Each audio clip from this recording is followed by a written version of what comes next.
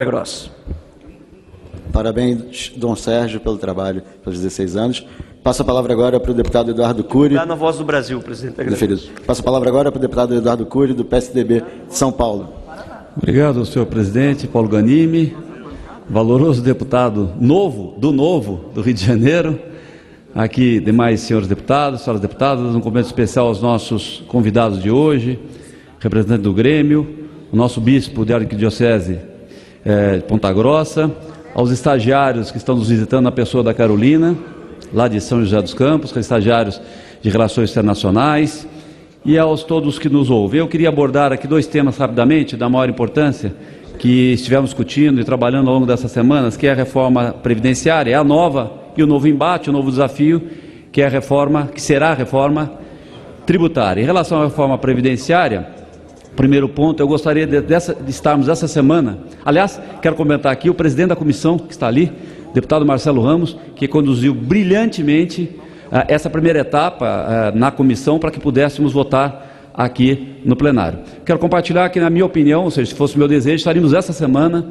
votando o segundo turno da reforma previdenciária. Mas isso não é um desejo individual, uma reforma é uma coisa bastante complexa e, obviamente, o governo entendeu por questão de prudência que se fizesse a hora que tivesse essa base que eu chamo de base pró-reforma da Previdência, mais organizada, de forma que ela não pudesse ser modificada no aspecto negativo. Então faremos isso, eu estaria a postos.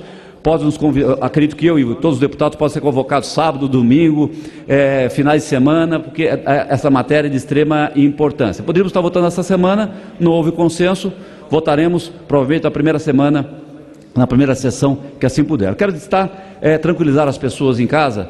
Obviamente um deputado, uma reforma da Previdência bastante complexa, nenhum deputado vai estar de acordo em 100% dos itens. Eu mesmo posso citar pelo menos uma dezena de itens que na verdade não concordo especificamente, mas é impossível, seria um gesto egoísta de um representante do povo achar que vai ter aprovado a sua reforma ou a reforma dos seus eleitores. Isso é absolutamente impossível. Cito alguns itens que pessoalmente me senti desconfortável, que é a diferenciação entre os pobres do campo, da zona rural, o tempo que podem se aposentar, comparativamente aos pobres que moram nas cidades. É importante dizer que a maioria dos pobres hoje, elas moram nas cidades, em condições até com maior dificuldade de renda.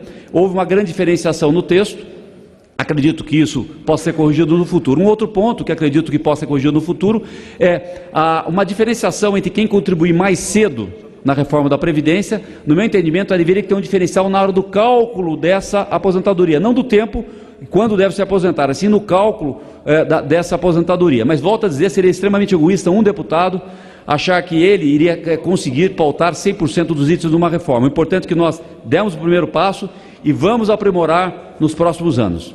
O segundo ponto que eu queria abordar é um embate que virá agora a partir de agosto, que se começará na reforma tributária, na comissão especial presidida pelo deputado Hildo Rocha, que me antecedeu, que acredito da maior importância.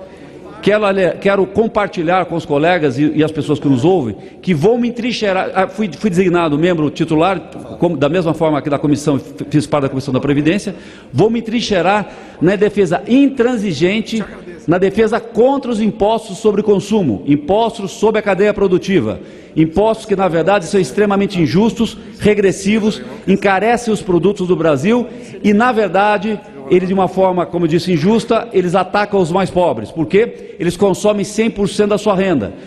Uma pessoa que ganha R$1.000 de salário, por exemplo, ela consome praticamente entre R$400 e R$500, ela paga de imposto. Isso é extremamente injusto, porque o sistema tributário brasileiro está praticamente calcado em 70% sobre impostos sobre a cadeia produtiva, 55% mais 15% sobre contribuição patronal previdenciária, que também implica em custos dos produtos, fazendo com que nós tenhamos um sistema bastante injusto. No fundo, o sistema tributário brasileiro tira dinheiro dos bolsos dos pobres de um lado para colocar do outro através de programas justos, mas na verdade custeados pelos próprios pobres.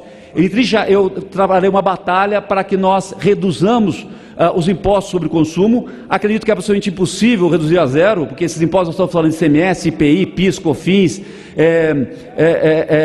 e logicamente você não vai conseguir fazer isso do dia para a noite. Mas se tem um tipo de imposto que é altamente tóxico, encarece os nossos produtos, torna o Brasil não competitivo e faz com que os pobres paguem mais, são os impostos sobre o consumo. Se alguém quer fazer justiça, deve calibrar dos impostos sobre a renda. Ali sim, você pode calibrar, cobrar mais de quem pode mais e menos de quem pode menos. Esse balizamento, eu sinto uma certa consonância até com os partidos de esquerda. O que nós temos que ver é a capacidade de fazer essa transição para que possamos poupar as pessoas que menos têm capacidade contributiva e, obviamente, tacar dos impostos sobre a renda. Digo imposto sobre a renda, imposto sobre o patrimônio, aí sim é possível calibrar. Nos impostos sobre cadeia produtiva é impossível calibrar. Um rico que compra um litro de leite vai pagar o mesmo imposto que um pobre que compra um litro de leite. Nós temos um grande desafio pela frente, acho que todos vão ter que se despir um pouco dos seus egoísmos e dos seus regionalismos, para que a gente possa debater uma reforma. Acredito que ela, inclusive, seja um pouco mais difícil, deputado Paulo Ghanimi, nosso presidente, de consensuar, né? Porque nós temos aí os entes federais, os governos do Estado, os governos municipais, mas é um bom combate. É um bom debate que deve ser feito. Por isso, estarei a posto na comissão, deputado, e acredito que a gente vai ter, em relação a alguns pontos, um certo consenso, dado esses anos todos de debate. Muito obrigado, senhor presidente, obrigado pela paciência e colaboração dos senhores deputados e senhoras deputadas. Obrigado.